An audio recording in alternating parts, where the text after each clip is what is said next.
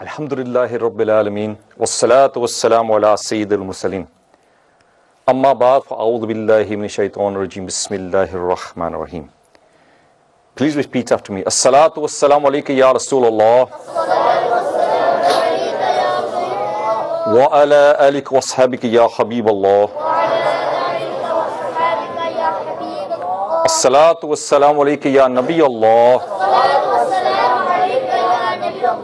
وآلہ آلک واصحابک یا نور اللہ.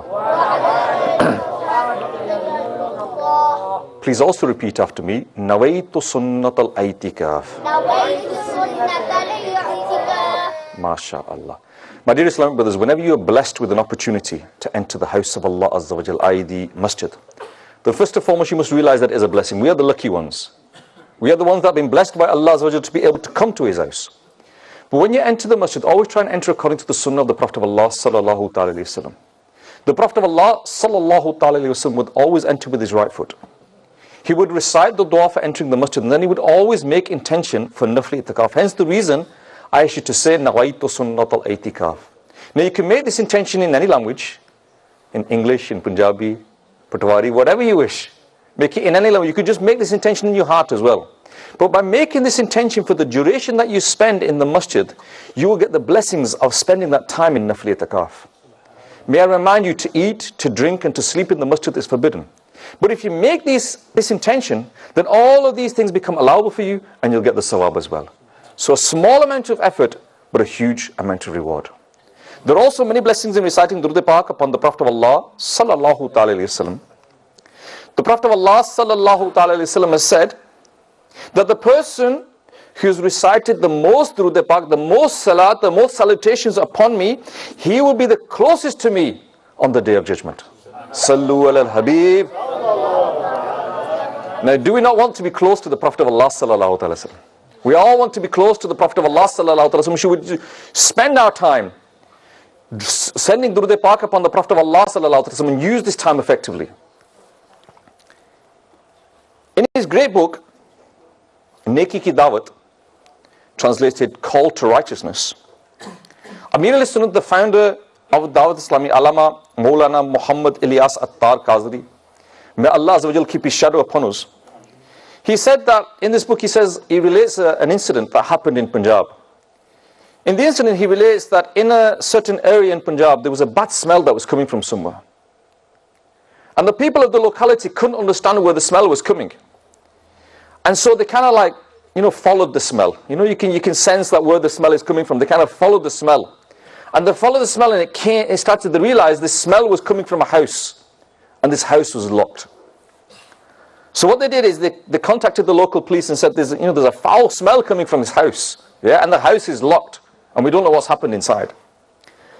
So the police broke the locks, went into the house. And when the police went into the house, quite a few other people went into the house as well.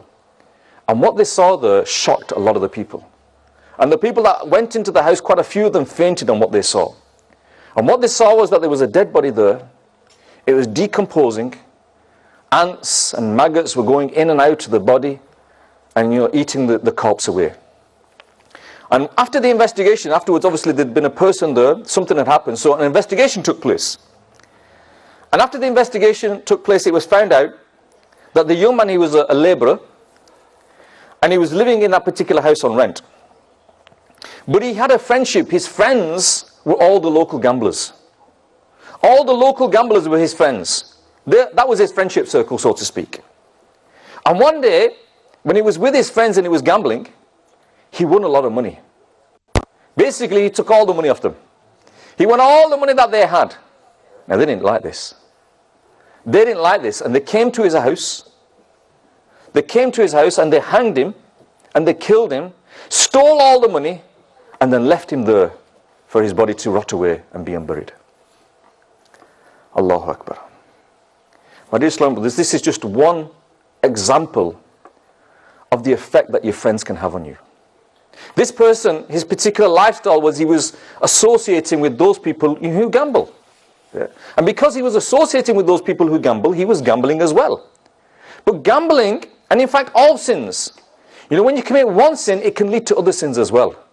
And in this particular case, because he had associated with gambling, He'd associated himself with these gamblers. He started gambling. As a result of the gambling, this animosity was created. And as a result of this animosity that was created because he was winning, they committed the sin of killing him. So gambling is such a huge sin. And unfortunately, it's prevalent within the society today. In all shapes and forms, and maybe there is forms of gambling that we don't even realize exist, but they are gambling. It is stated on page 24 of volume 3 of Tafsir of Sirat al-Janab, published by Maktabat al-Madina, due to gambling, gamblers breed malice. They have this hatred inside them. They have this hatred towards each other, and sometimes they murder one another. Due to gambling, a rich person can become poor in one moment. And a prosperous person, a prosperous family is left destitute. A well-to-do person becomes penniless. He's lost his status and reputation, and there is no value and respect for him in the society. A gambler, he's compelled to borrow money abundantly, and sometimes he takes a loan on interest as well. And when he is unable to pay back his loan, or he's not given any loan, so he starts to commit robbery, theft, gambling. A gambler suffers from troubles in a way that he's impelled to commit suicide. So basically, this act of gambling in itself is a sin. But because of this sin, then people start doing other sins to compensate from them. And the example, what is mentioned in this particular book, Sirat al-Jinan, is that a gambler, when he happens, he takes debts to pay off his debt. He can't pay off his debt, so what does he do? The people that he's gambled with and he's lost money with, they're putting pressure on him. So what does he do? He can't earn that money quick enough. So then he turns to theft. He turns to other forms of crime to fulfill the problem that he's created for himself. So this gambling, although it is one sin in a sense, it leads to other sins as well. Let's listen to a few hadiths of the Prophet of Allah sallallahu alaihi wasallam with regards to this. The Prophet of Allah sallallahu alaihi wasallam has said that the one who plays nardshir, it's a similar game to backgammon. It's like a game that people gamble on and play on. The Prophet of Allah sallallahu alaihi wasallam has said that it is though he has dipped his hand in the meat and the blood of a pig. Astaghfirullah. Just think about that. That if you're involved in these gambling games, it is as if you've got your hand in the blood of a pig. The person who plays this game, Nadshir, and then he gets up to offer salah, he is like the person who stands up to offer salah after making wuzu. But what does he make wuzu with? He makes wuzu with the pus and the blood of a pig. So you can imagine that if we make wuzu with pure water. If you make wuzu with the pus and the blood of a pig, can you be pure? Impossible. And so how can your salah be accepted if you're not pure? So this gambling, as a result of gambling, it affects all of your other ibadat as well. May Allah Azza wa Jalla enable us to keep away from gambling and gamblers, and also enable us to spend our life in performing virtuous deeds by having the company of good people. But before we go on, and today we're talking mainly about good company, what is actually gambling? A lot of people, the gambling that they take place, now in this country, there's lottery, there's scratch cards, there's all sorts of gambling. There was one person, he was a gambler, and he ended up losing all of his house, everything in his house. I remember him saying to me that I even gambled away the carpet in my house. I lost the whole of my house. And he said to me, and it was not far from here, he was a taxi driver, and he said, I couldn't understand this. I couldn't really understand this, but you can understand how it affects the mindset of a gambler. He said to me, I used to drive my car, and the car would automatically go towards the casino. And I said to him, look, how is it possible for the car to automatically go towards the casino? He says, I was just dragged towards it. That drug, that attraction, that hope that I can get myself out of this mess. He said, no matter what I did, I'd make an intention that tonight I'm going to go out, I'm going to earn halal income. But when he's driving around and he was driving past the casino, he couldn't help but stop the car there and go into the casino. This is the effect that gambling can have on people. The stories that people have gambled away, the families, they've gambled away, their houses, they've gambled away, everything that they've got, they've gambled away. So this sin of gambling, Islam is so beautiful. Islam is so beautiful that what it does is it doesn't just give you the cure, it gives you the prevention for illnesses. Because there might be some people out there that say, well, people gamble and they make money. But Islam says, don't gamble full stop. Don't gamble full stop. And then there's no risk of you going down this particular route in which you can have so much loss. You can commit so many sins. You can lose your whole household. You can commit all these sins as well. So we need to be very, very careful about staying away from this sin, especially in this country. And again, a lot of us, sometimes we, you know, with our friends, oh, I bet you I can do this. I bet you I can meet you there, you know, bet you I can get there by 5 o'clock. I bet you I can do this. And this again is like a form of gambling. And as Muslims, we should stop this. Even though it might be taken in jest, it might be taken as a joke, but this jest, this joking should be stopped as well. You know, we shouldn't even use this terminology in front of ourselves. But dear Islamic brothers, there's a famous saying that the company makes the man.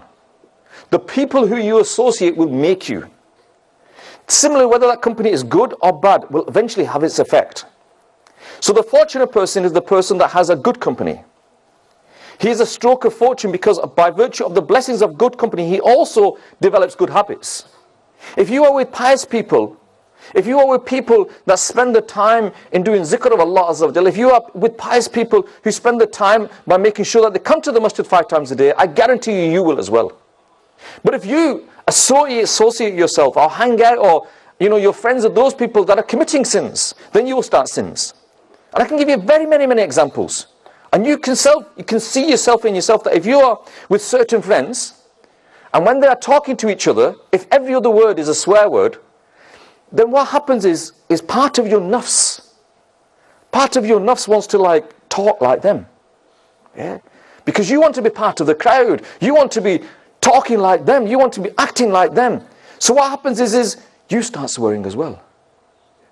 You know, and it can lead on to other things. So whatever that crowd is will affect you. If you're sat with businessmen and all they're talking about is making money, oh, I'm going to make this much money this year, I want to make this much money this year, then you start thinking, oh, you know what, I want to make money as well. So the company you keep affects how you think as well. And if you're sat with a pious person who's always thinking about the afterlife, who's always thinking about the akhirat, who's always self-accountability of what he's done and what he's not done, you'll start thinking like this as well. So you need to choose your friends well. You need to ask yourself, who are your friends? What do I gain from my friends? And what am I losing as a result of having these friends? And just to give you another example, a lot of youngsters here play sports, play all sorts of games. If you're with your friends and you're playing a sport, and you know the time for salah comes and you're the only person that reads your salah, you're the only person amongst your friends that reads your salah, and the time for salah comes, and you say, brothers, look, it's time for salah now. I'm just going to read my salah. I'll be back in 10-15 minutes, inshallah. What's going to happen? The brothers are going to say, come on, you know, you're going to mess up the game for us. Because of you, we've got to stop. You know, we can't play our game now. You know, what is it? Can't you miss one? You know, this is what they say to you. Can't you miss one salah for us? Can't you read this salah later? You know, there's plenty of time. You can read it a little bit later. You don't have to read it now. And what happens? You miss that one salah. Then because of them friends, you miss 2 salah. You miss 3 salah, you miss 4 salah, you miss 5 salah, and you become like your friends. But just imagine the opposite. You don't read your namaz. But all of your friends that play this sport, that play this game, they all read the namaz. The time for salah comes. And they say, brothers, we're stopping now. We're going to go to the masjid, we're going to read our salah, and then we'll come back and play. Are you coming? Now, you've never read your salah. And what happens is you make the standard excuses. Excuse number 1. My clothes, you know, they're not very clean. I can't read my salah. You know, no, I've just got a few phone calls to make. You know, I'll make the phone calls, you go and read your salah. And we'll make all these excuses. Yeah? And you won't read your salah. First salah, second salah, third salah, fourth salah, fifth salah. Eventually what will happen? You think to yourself, you know what? Rather than me standing outside the masjid in the rain, I might as well go and read my salah with them. Yeah? What am I going to do in these next 10-15 minutes? I might as well go inside the masjid with them and read my salah. So what happens is, them friends have affected you for the good. Because what you've realized now is that, you know, this is what I need to be doing, and you'll become part of the crowd. And in whatever crowd you're in, you become part of that crowd. Amir al-Mu'mineen, Sayyidina Umar Farooq Azim, radiyallahu ta'ala said, that do not involve in such a thing which is not useful for you. Don't even do something that's not useful for you. When you're doing something, ask yourself, is this useful for me? Can I benefit from this? And stay away from your enemy. And he even goes on to say, and avoid your friend unless he is trustworthy, as there is no one equal to the one who is trustworthy. And do not be with the sinner, as he will teach you sins. And do not talk about your secrets in front of him, and seek advice from those for your work who fear Allah Azza wa Jal. if you associate, mix with people who commit sins, you learn sins. Yeah. If you sit with people that know how to do insurance fraud, credit card fraud, tax fraud, they'll teach you. They'll teach you these things. They'll teach you how to commit all these sins. They'll teach you how to fiddle the system and bankrupt the system. This is what they'll teach you. But if you sit with an alim ad-din, if you sit with, mashallah, we have a Madani here, if you sit with him, he will teach you something. He will teach you something that will improve your akhirat. He will teach you how to read your salah. He will teach you how to read your namaz. He will teach you how to read the Quran properly. He'll learn you the du'as. That's what you learn when you sit with these people. Amir al-Mu'mineen, Sayyidina Mawla Ali Mushkil Khusha, radiyallahu ta'ala said, do not befriend a transgressor, because he will decorate his act for you, and he will want you to be like him, and he will show his worst habit to be good. His visit to you is a defect, and do not have brotherhood with a fool, as he will put himself in trouble, but he will give you no benefit. And maybe sometimes he will want to benefit you, but actually he will be harming you. His silence is better than speaking. His distance is better than nearness, and his death is better than life for you. Do not have brotherhood with a liar, either, because sociability with him will not benefit you. He will convey to others whatever you have said to him, and he will bring to you what others have said to him. And if you speak the truth, even then he will not speak the truth. So if you sit with somebody, you know, we just before the bayan we were doing, people doing ghibat, khilaf, jang, chugul khor, these are all the things we were talking about, yeah? If you are sitting with a person who is constantly lying, yeah, he's constantly telling tales. If he comes to you and tells tales about somebody else, do you not think he will go to somebody else and tell tales about you? If he's coming and backbiting about other people to you, do you not think he will go to other people and backbite about you? Of course he will. If he's lying, if he's a known liar, then how can you trust him? Oh, he's my close friend. I've known him all life. He won't lie to me. You know, he'll lie to anybody else, but he won't lie to me. How can you guarantee that? And then when you catch him out lying, then if you can see that by him lying he's benefited, you might start doing it yourself. You know, he filled in a claim form, he lied, but he got that claim. So you think, you know what, that's a good idea, I'll do that as well. You start copying the acts of these people. So you need to think about who you're associating yourself with. Sayyidina Jafar bin Sulaiman, rahmatullahi ta'ala, said that once I saw a dog walking behind Sayyidina Malik bin Dinar, rahmatullahi ta'ala. I asked, oh Abu Yahya, is this dog with you? He was walking and there was a dog following him. And he asked him, Hazur, is this dog with you? And he replied that this dog is better than a bad companion. This dog is better than having a bad friend. Allahu Akbar. So we need to think about the friends that we have. We need to think of who we associate ourselves with. Let's listen to some beautiful Madani pools from the Prophet of Allah sallallahu alaihi wasallam with regards to the companions that we keep. The Prophet of Allah sallallahu alaihi wasallam has said, avoid bad friends, because he is a piece of hell. His love will not benefit you, and he will not keep his promise with you. In another hadith, the Prophet of Allah sallallahu alaihi wasallam said, avoid a bad companion, because you will be recognized through him. You will be recognized through your friends. You know, if you see somebody, and it's very easy to understand this, if you see somebody that all he's doing is sitting with the al-Madin, sitting with the ulama, he's not uttered a single word. You've never seen him do a single speech, but all you do is you see him staying with the ulama ikram all the time. You know, thinking, mashallah, he must be an al-Madin as well. Because that's what he's sitting with the al-Madin all the time. So he must be an alim. He's not, but he's recognized as being part of that crowd. Now maybe you're a very, very pious person, but if you associate yourselves with criminals, with crooks, with drug dealers, with all them, what will people think about you? If all your friends are drug dealers, then people look and say, well, he must be one as well. Because his mate, that mate's a drug dealer, that mate's a drug dealer, that mate's a drug dealer, so he must be one as well. So you will be associated by your friends. In another hadith, the Prophet of Allah sallallahu alaihi wasallam said, when you get up in the morning, be either an Islamic scholar or a student, or the one who listens to an Islamic scholar or loves an Islamic scholar. But do not be with the filth ones, because you will be destroyed. Basically, keep the Islamic scholars close to you. Keep the al-Madin close to you. Last week, Nigrani Shura, he did a beautiful bayan when we had the graduation ceremony in Jamiatul Madina. And he posed a question to the people, and he didn't say answer the question, but he said, think about this question. When you look at your phone, how many have you got in your phone numbers of scholars, of alimadins, of muftis? Yeah. How many contacts have you got in you?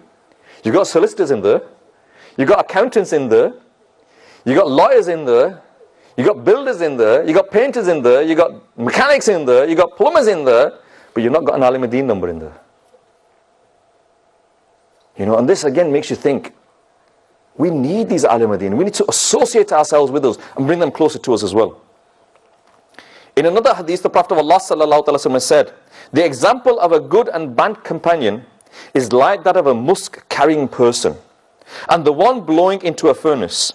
The musk carrying person will either give musk free of cost, or you will buy from him, or at least you will have the fragrance from him.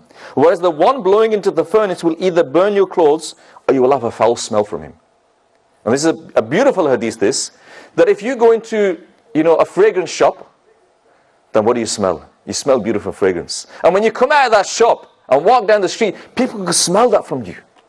That you've been, they can tell that you've got, even though you've not got it on you, even though you've not got that itar on you, but it comes, that smell comes into you as well. But if you go into a blacksmith, a furnace, where all this work is taking place, then the black dust gets on your clothes. The smell gets on your clothes. The furnace can burn your clothes. All these things can affect you, even though you are not working on the furnace. But that furnace can affect you. In the same way when you go into an itar shop, a perfume shop, that itar, that beautiful smell can affect you. So again, where do you go?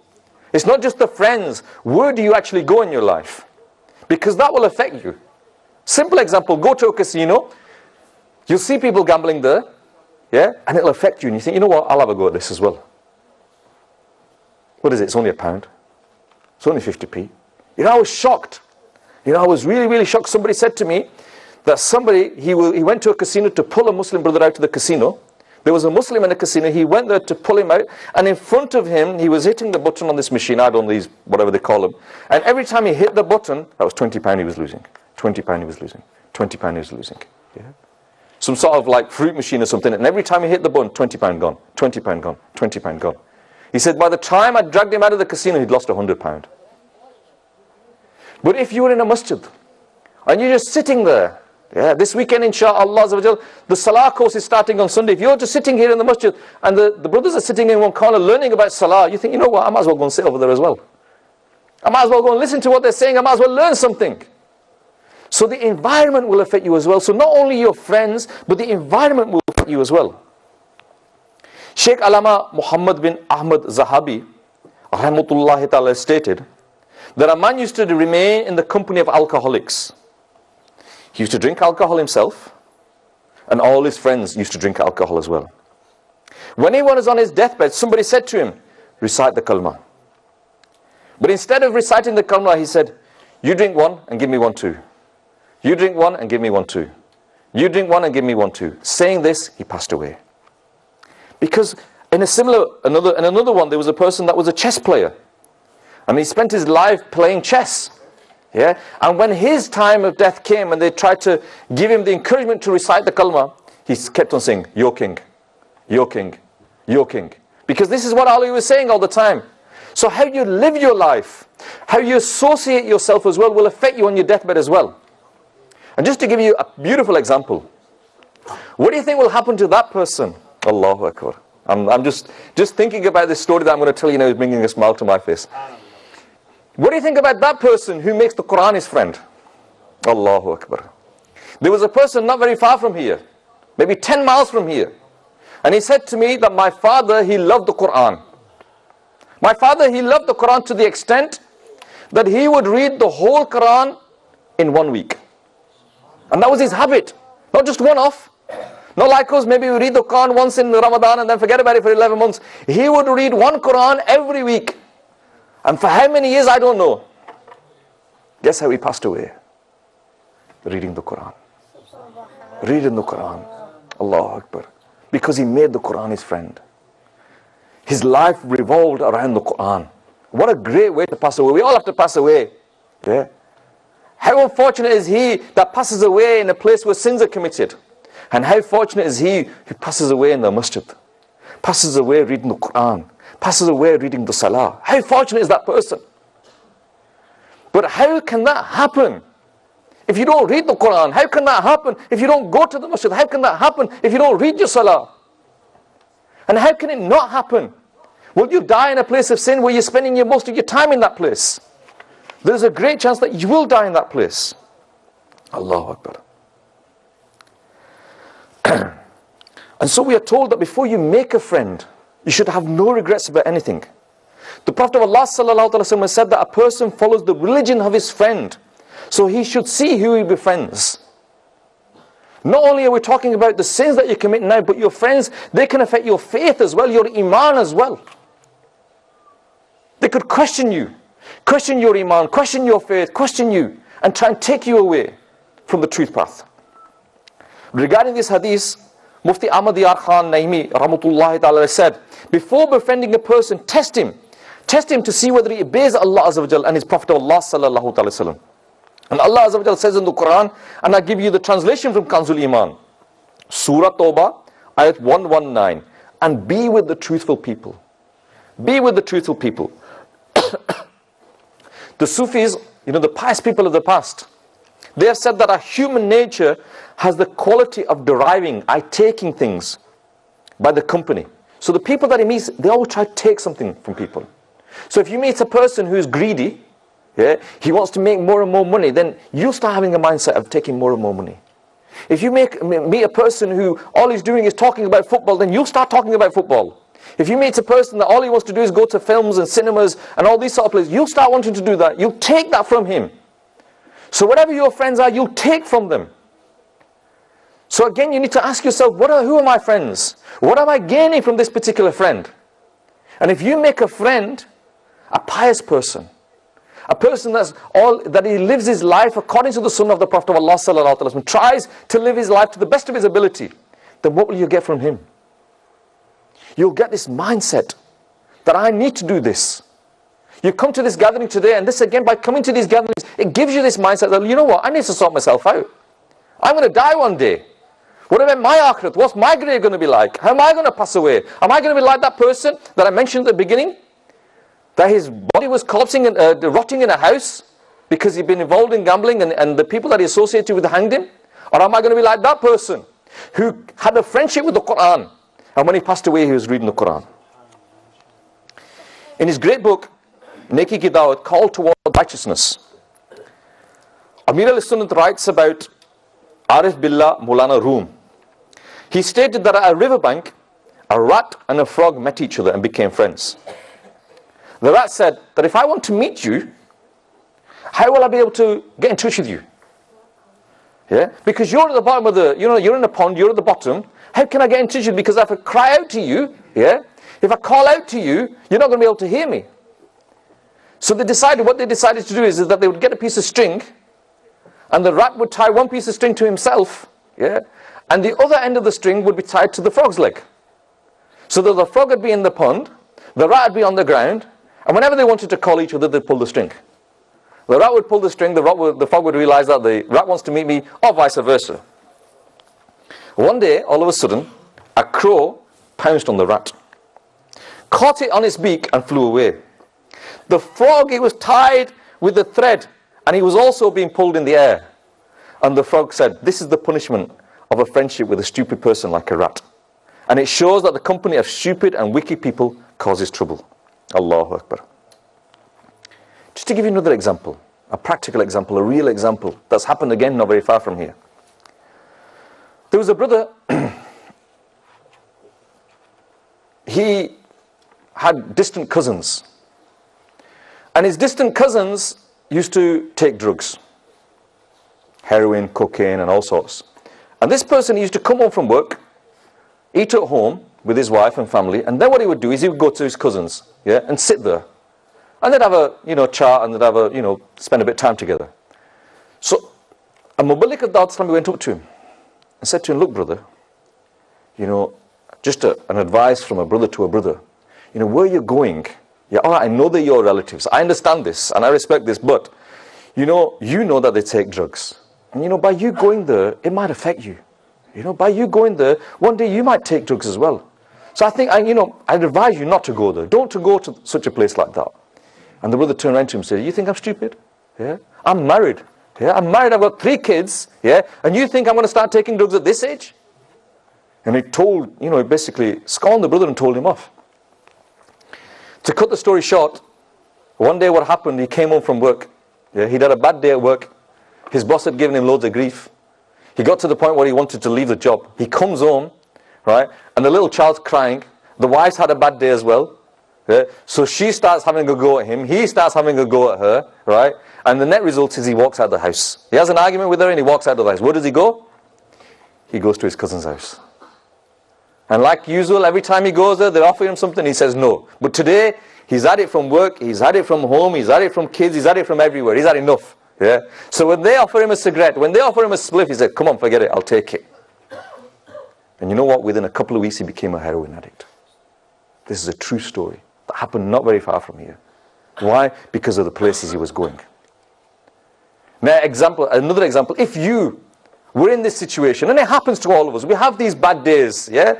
If you'd had a bad day, and after a bad day, you turned up at the masjid, you wouldn't be committing any sins when you come here. Yeah? You'd hear the azan and you think to yourself, you know what?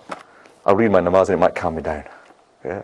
I'll read my namaz in Jamaat and I'll calm myself down. And then the dars will take place and you listen to the dars and it'll calm you down. You're listening to the words of the Prophet of Allah, sallallahu alaihi wasallam, listening to the Quran will calm you down and make you feel better and keep you away from committing sins. My dear Islamic brothers, we've understood now that the company of unwise people can bring about a great loss. And sometimes their evil can influence us as well. And it can ruin other people as well. Remember that the way having the company of those who are involved in drinking, gambling, and committing sins can bring about destruction. Similarly, if you associate yourselves with people that have corrupt beliefs, if you associate yourself with the people that can have corrupt beliefs, it can also affect you yourself.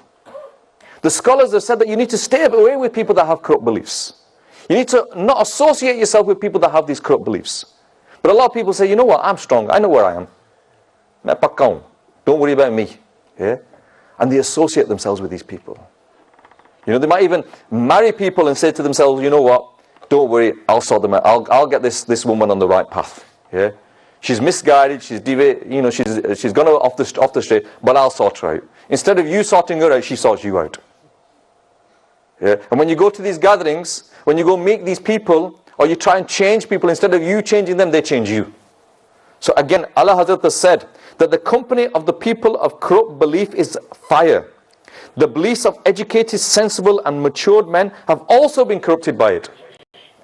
He's saying that people that are strong in their iman have also been corrupted by them. The story of Imran bin Hatan Rakshi is very famous. He is a great muhaddis in the area of Tabain.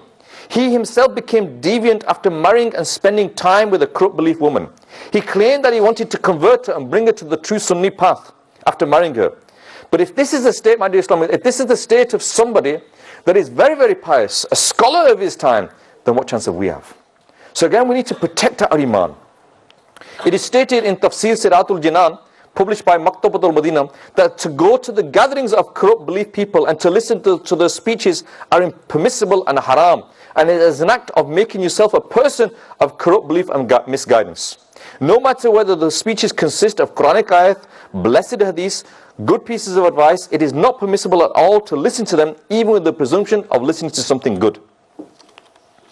So these people, again, people with corrupt beliefs, you need to stay away from them because they can affect you.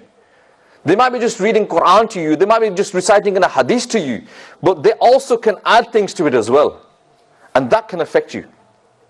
Narrating the act of a pious predecessor, Allah has said, Sayyidina Sa'id bin Jabir, who was a student of Abdullah bin Abbas, radiyallahu ta'ala, met a deviant on the way. The deviant said, I would like to say something. Sayyidina Sa'id bin Jabir, rahmatullahi ta'ala, said, I do not want to listen. He said, I only want to give you one sentence. Keeping his thumb on the tip of his little finger, he said, not even half a word. People humbly said to him, what does this mean? Why are you not willing to listen to him? He says, because he's off the path. He's a deviant. He's got corrupt beliefs. I don't want to listen to a single word he said. Similarly, two deviants came to Imam Muhammad bin Sarin, rahmatullahi ta'ala. And they humbly said that they wanted to make him listen to the blessed ayats. They wanted him to listen to the Quran. Yeah? He refused to listen to them. They said that they wanted to relate some hadith to him. He refused to listen to them.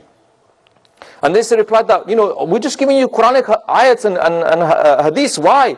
And he said, either you leave or I will leave. I'm not listening to you. I don't want to listen to you. Either you leave or I will leave. Finally, they both left. And people humbly asked him, the Imam, about the reason. Why did he not listen to the hadiths? Why did he not listen to the Quranic ayats from them? And he replied that he was scared that they would add their own interpretation, they would add their own explanations to the hadiths and Quranic ayats. And if this remained in his heart, he would get destroyed. Allahu Akbar. Allah Azza wa Jal says to us, do not sit with the unjust after remembering. Surah Al-An'am, ayat 68. My dear Islamic brothers, we've talked a lot about the company that we keep and who we associate with. And we said that if you associate yourselves with the right people, then you've got a good chance of surviving. A good chance of protecting your iman. And your iman is the most valuable thing you have. Your wealth can come and go, your family will come and go, everything will come and go. But if you pass away without this iman, then it'll be the biggest regret you'll ever have. So we need to protect this iman. And Dawah Islami is here to help us. And one of the particular activities that Dawah Islami provides is Madrasatul Madina Baligan for adults. Where adults, no matter how old you are, no matter what age you become, you can come and sit down with the brothers here and they will teach you the Quran. They will teach you the Salah, they will teach you the du'as. Now you might say, well, you know what? I learned how to read the Quran, I know how to read the Quran, no problem. I learned how to read the namaz. When I went to the masjid, I was, such and such imam taught me. And I was in the masjid 30 years ago, I learned it, I ain't got a problem. I learned how to read the Quran 30 years ago, what's the problem? There is no harm in getting your Salah serviced. There is no harm in getting your Quranic reading serviced. You service your car every 6 months, don't you? Yeah, you spend £60,000 on a car, but you still get it serviced every 6 months, every 10,000 miles. What is the harm in getting your iman serviced, getting it checked? To make sure that you're still reading the Quran properly, to make sure that you're still reading the namaz properly, to make sure that you're still doing wuzu properly. There is no harm in this. Nuqsan to nahi hai. There's no harm at all. So alhamdulillah, Dawah Islami provides this service, Madrasatul Madina Baligan, and I'm sure in this particular masjid, this Baligan class will take place. And if anybody wishes, then please after the bayan, inshallah, come and speak to the brothers here and enroll on this particular class. There was a small child, he belonged to a righteous family. And he started to have the company of bad friends. He started to have bad friends. And when his father became aware of this, he made him understand that the company of bad friends might change him into a bad lad. The child said to him, don't worry, Dad, I know what I'm doing. I'll not become like them. Don't worry, I won't become like them. And the father intended to make him understand practically. And one day, he brought home a lot of plums. Some of them were eaten by the family members, whereas the rest of them were being stored. The son said, "Oh father, there is a rotten plum amongst them. Take that one out." When you buy some fruit, sometimes you get a rotten one amongst them. There was one rotten plum. And he said, "Take that out." And the father didn't take it out. The father put in the cupboard all of the plums together. And the next day when they went, that rotten plum had affected all the other plums around it as well. And so the father then explained to the son that, look, this rotten plum affected all the other ones. In the same way that if you associate yourself with bad company, it'll affect you as well. So again, we need to begin, for our kids, we need to think of our kids, of where are our kids going? Who are their friends? Who do they associate with? And as parents, it is our responsibility to ensure that our children have the right friends. I remember when I was a small child, I think I was 14, 15. And my father, he used to ask me, this such and such friend, what is his father called? This such and such friend, what is his father called? I used to get annoyed. It's my friend, why are you asking about who his father is? But just because I had respect, because it was my father, I'd never answer him back, so I would try and find out, because it's not easy asking your friends what's your father called. Yeah? So I remember one day there was a certain person and he said to me, that friend of yours, what's his father called? I said, I don't know. So when I met him that day, I said, you know what? Maybe my dad knows your dad. I thought I'll find out that way. Maybe my dad knows your dad. What's your dad called? Maybe my dad knows him. And I'll ask him when I go home. And he mentioned his father's name. I went home and I said, Abbaji, you asked the other day who's the father. I said, yeah. I said, this is his name. And he said, from now on, I don't want you associated with him. oh, what's going on here? Yeah. But he was my father. And thankfully, I listened to him. Yeah. Thankfully, I listened to him and I didn't associate with them. And years later, I found out that not only were their family involved in all sorts of things, but he, who was my friend, became involved in all sorts of things as well. And I don't really want to go into detail. But my father, he protected me from that. And as us as parents, we need to protect our children as well. Our children are naive, they're innocent. You know, they don't realize where they're going and who they're associating with. So we need to protect them as well. And we need to bring them to the pious path as well. Because sometimes our children, when they're at this young age, they want to be good, let's say, but we stop them. Now you might think, how does that happen? How do we stop our children from being good? Yeah? A child, he's 17, 18, he's a young lad, and he says, you know, Dad, I want to go on a Madani Kafla. Where do you want to go on a Madani Kafla from? Yeah, don't go on a Madani Kafla. You don't want to become a mullah. Don't become like that. Dad, there's a 7-day Salah course taking place at Fazana Madina. I want to go for that course. Oh, you don't want to go on that. You know how to pray your Salah. Why are you going there? Yeah. And then what happens is because that child, maybe he wants to be good, but you've stopped him, then at a later date, Allah na kare, that child goes off the path. That child then goes off the path and he starts associating with these bad people. And then when you say to your son, Beta, go on that Madani Kafla, he says, no, I'm not going. Beta, go to that, I'm not going. Because it's too late now. Because he's made them friends. He's made them friends that he's associating with. He doesn't want to be there now. And we stopped him. We've taken that blame. So the tarbiyat of a child, this is again, it's completely another topic, tarbiyat of the child. But again, we need to look at where our children are going. We need to look at who they're associating with, who their friends are, where they're going. You know, my father always used to say, where are you going? Who are your friends? And what time are you going to come back? Those were the 3 questions he always used to ask me. Do we know who our friends are? Where our children are? In fact, our children, we should be the best friends of our children. Our child should be able to come to us and say, Abbaji, I've got this problem. Abbaji, I've got that problem. Abbaji, this friend, that friend, and tell you everything. But we've got that distance between father and son, mother and daughter, that they don't know what's going on. And we need to bring that closer so we know what's happening to each other. Allahu Akbar. صلوا على الحبيب. Manqabats al-Madina has published a book named Achhi Mahol Ki Barkatein, the benefits of a good environment, in order to spread the blessings of good company and to save the Ummah from the curse of evils of bad company. In this book, the recognition, how to recognize good company, how to recognize bad company, have all been mentioned in the light of hadiths and the Qurans and Quranic ayats. You know, we buy books for everything else. You know, we want to learn about something, we'll buy a book. We'll go on the net and we'll read it. But how do we recognize good and bad company? How do we recognize how to live our life? And for this, we need to start reading Islamic books as well. And Manqabats al-Madina, if you go into Manqabats al-Madina at the end of this and pick up any book, right, and ask the price of that book, and you will be shocked at the price of that book. A book maybe that thick will be £4, £3. Whereas if you go and buy that thick book anywhere else, you're paying a lot more. Maybe 5 times more, 10 times more. It is said that if a sesame seed is kept in a rose, it will also become pink in the company of a rose. Similarly, the one who has the company of good people also starts to copy them day by day. So the person who keeps the company of the fortunate people who are filled with the fear of Allah Azza wa Jal and the devotion of the Prophet of Allah Sallallahu Alaihi Wasallam and his blessed companions and the Ahl Bayt and follow Sunnah strictly, by virtue of those, the company of these people, it will affect them and it will change them. Sayyidina Masruddin Adi Shirazi Rahmatullahi Ta'ala stated that the importance of a good company in a beautiful manner. In Gulistan-e-Saadi, he said, and this translation is as follows: one day I found a fragrant soil in the hand of my friend in a bathroom. I asked the soil if it was musk because of its pleasant smell. And the soil spoke to him and he said, I was an inferior soil, but I had been in the company of flowers for a long period of time. And that's why the beauty of my companion has created an effect on me. So maybe even if I'm a bad person, but if I'm a company of good people, then inshallah I will become good as well. To have the company of righteous people as far as possible. This is what we need to do, my dear Islam brothers. And having the company of righteous people even affects animals as well.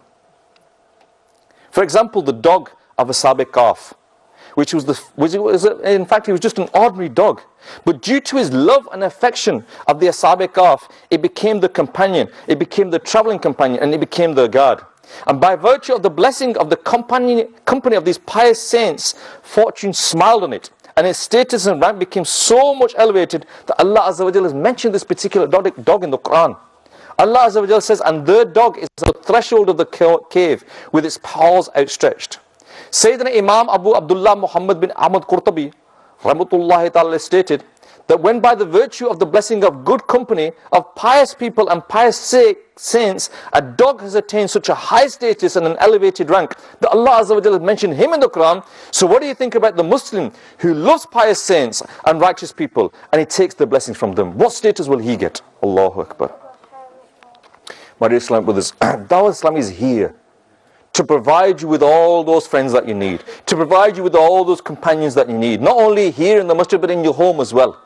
When you switch on that TV, if you tune in 8 to 8, you will have a companion there giving you good advice all day long. You know, Madani channel, alhamdulillah, started in 2008, September 2008 in Babul Medina, Pakistan, and here it started in December 2009, alhamdulillah.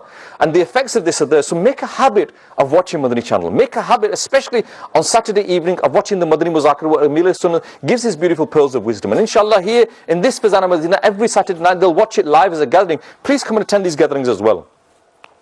So my dear Islam brothers, time is going against us. Just as a summary of the speech that we've had today, if you have bad company, you can suffer great loss. Yeah? You can suffer a great loss. So you need to ask yourself, who are the people that I associate myself? You know, at the end of today, before you go home, just close your eyes for a second and think about all your friends. And think about, what am I getting from these friends? What am I achieving? I'm not losing out, am I?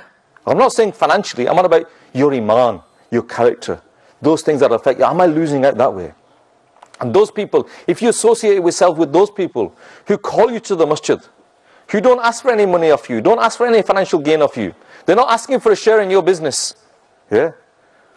They just want to gain more and more sawab and they want to save you as well. So come to the masjid, come and associate yourselves with you. As parents, it is our responsibility to provide our children with good company. We need to look at who our good company are. And we should inform, we should educate our children. We should empower our children. It's like giving your children power and strength. By giving them knowledge, you are giving them power. You should give them that power. You should give them that knowledge that they know what is right, they know what is wrong. They know who is right and they know who is wrong. They know where to go is right and where to go is wrong. We need to give that to our children. We need to give that to empower our children so that they have that knowledge. Because that world out there, the shaitan on every street corner looking for him. So we need to give them tools to that child. So that when he goes out into that big bad world, he can safeguard his iman, he can protect himself. And that is our responsibility as parents. So my dear Islam brothers, in conclusion, I'd like to say that if I've said anything wrong, may Allah Azza wa Jal forgive me. And I pray to Allah Azza wa Jal that whatever we have learned today with regards to having a good and bad company, I pray to Allah Azza wa Jal that we take this on board. We implement this in our lives and we try to pass this message on to everybody as well. Alhamdulillah, Dawah Islami has this weekly Ijtima in this particular Fazana within every Thursday night at 8 o'clock. Please invite people to these gatherings. Inshallah, by people coming to these gatherings, by you inviting people to the gatherings, inshallah Azza wa Jal, you'll get the sawab as well. Ameen bi jahin nabil ameen. Sallu ala الحبیب.